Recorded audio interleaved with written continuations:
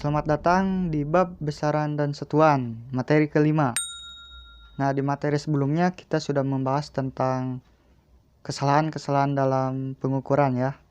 Nah, untuk materi kelima ini kita akan membahas tentang besaran pokok dan besaran turunan. Nah, tapi sebelum kita masuk ke dalam pokok bahasan ya, yaitu besaran pokok dan besaran turunan, kita flashback sedikit kepada pelajaran waktu SMP nih, yaitu apa sih besaran dan apa sih satuan? Ya, siapa tahu di antara kalian ada yang lupa apa itu besaran atau satuan. Nah, besaran. Apa sih besaran? Ada yang ingat gak? Ya, besaran itu suatu yang dapat diukur, memiliki nilai, dan satuan. Sesuatu yang dapat diukur dan memiliki nilai serta satuan, ya, itu besaran. Contohnya gini, berapa sih panjang meja itu? Berapa sih panjang besaran meja itu? Nah, si panjang di sini itu adalah besaran, gitu. Itu besaran, ya. Terus berapa sih besaran massa dari benda itu? Nah, itu massa juga itu disebut dengan besaran ya. Nah, massa, panjang, waktu itu yang disebut besaran, yang dapat diukur dan mempunyai nilai atau satuan gitu. Itu untuk besaran. Nah, kalau satuan apa sih? Jadi setiap besaran itu memiliki satuannya masing-masing. Gini nih, dalam dunia fisika kan kita mengukur setiap besaran dalam satuannya masing-masing kan berbeda-beda, dengan cara membandingkan besaran tersebut dengan suatu standar.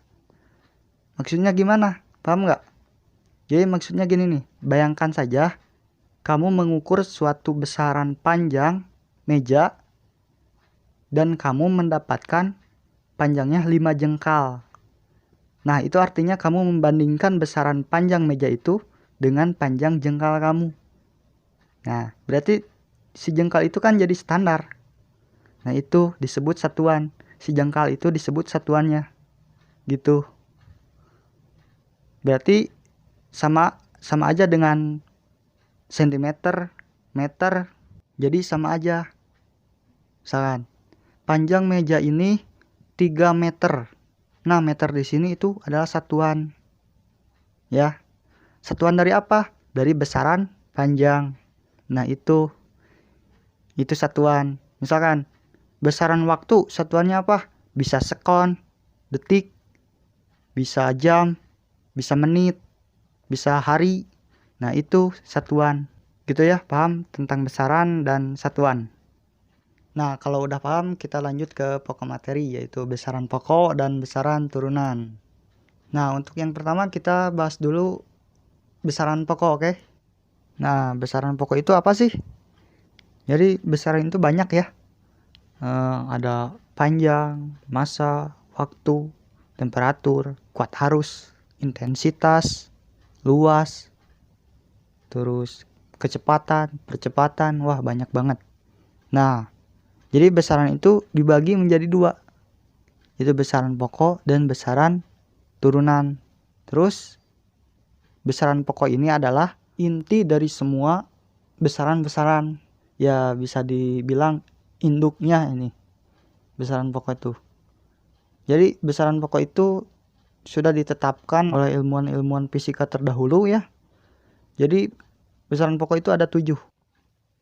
Itu yang pertama panjang, terus massa, waktu, temperatur, kuat arus, intensitas cahaya, dan satu lagi jumlah zat.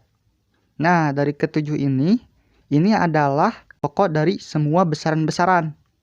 Ini adalah pokok. Ya, kalau dianalogikan sama makanan, ini adalah bahan pokok untuk membuat suatu makanan. Gitulah, ya. Jadi bahan pokoknya itu ini ketujuh ini.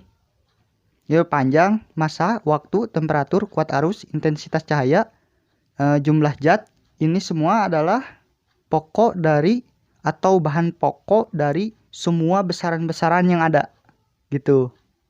Ya. Nah, kalau makanan yang udah jadi atau yang udah diolah, jadi besaran yang udah diolah itu disebut dengan besaran turunan gitu. Jadi besaran turunan itu adalah kalau kita analogikan adalah makanan yang udah diolah, udah jadi. Nah, bahan pokoknya itu dari besaran-besaran pokok begitu. Ngerti gak? Ngerti lah ya pasti. Jadi besaran pokok itu adalah besaran-besaran inti untuk terbentuknya besaran turunan. Nah, sebaliknya besaran turunan adalah besaran yang dihasilkan dari besaran-besaran pokok. Begitu ya. Jadi besaran pokok itu ada 7. Nah, untuk besaran turunan itu jumlahnya ada banyak. Sangat banyak.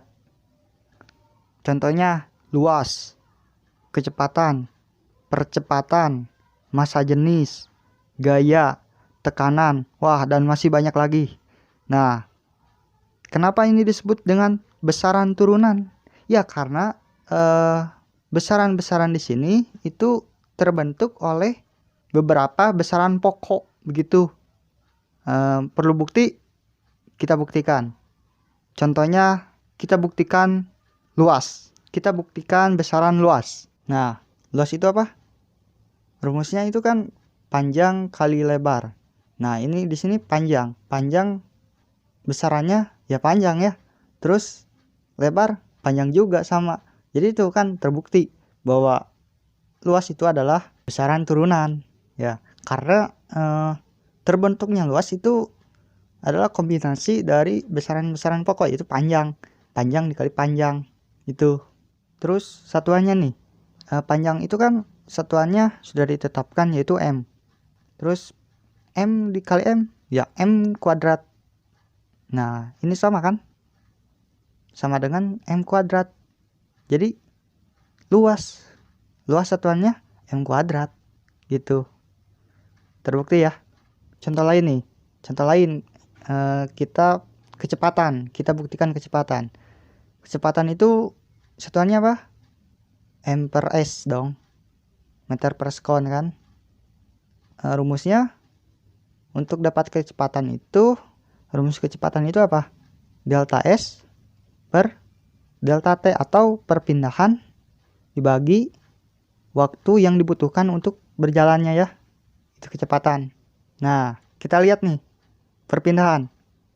Ini perpindahan itu besarannya apa? Ya panjang lah. Kenapa? Ya karena kan mengukur jarak atau mengukur panjang lintasan yang ditempuh.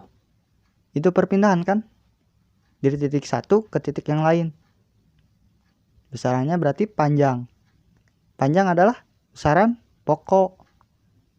Terus delta T atau waktu yang dibutuhkan. Ya besarannya apa yang dihitung? Berarti waktu. Jadi sama kan? Besaran waktu itu adalah besaran pokok. Berarti kecepatan itu adalah besaran turunan. Itu kombinasi dari besaran pokok, panjang, dan waktu gitu. Nah, untuk satuannya gimana? Misalkan nih, dari titik A ke titik B itu jaraknya 8 meter. Butuh waktu 1 detik misalkan. Nah, kita masukkan. Ini perpindahannya berarti 8 meter per waktu yang dibutuhkan 1 detik. Sama dengan, ya sama aja. Jadi 8 meter per detik. Gitu. Ini satuannya sama kan? Nah, begitu. Jadi besaran turunan dan satuannya juga itu adalah kombinasi dari besaran dan satuan besaran pokok. Begitu. Mengerti ya sampai di sini? Apa itu besaran pokok dan apa itu besaran turunan?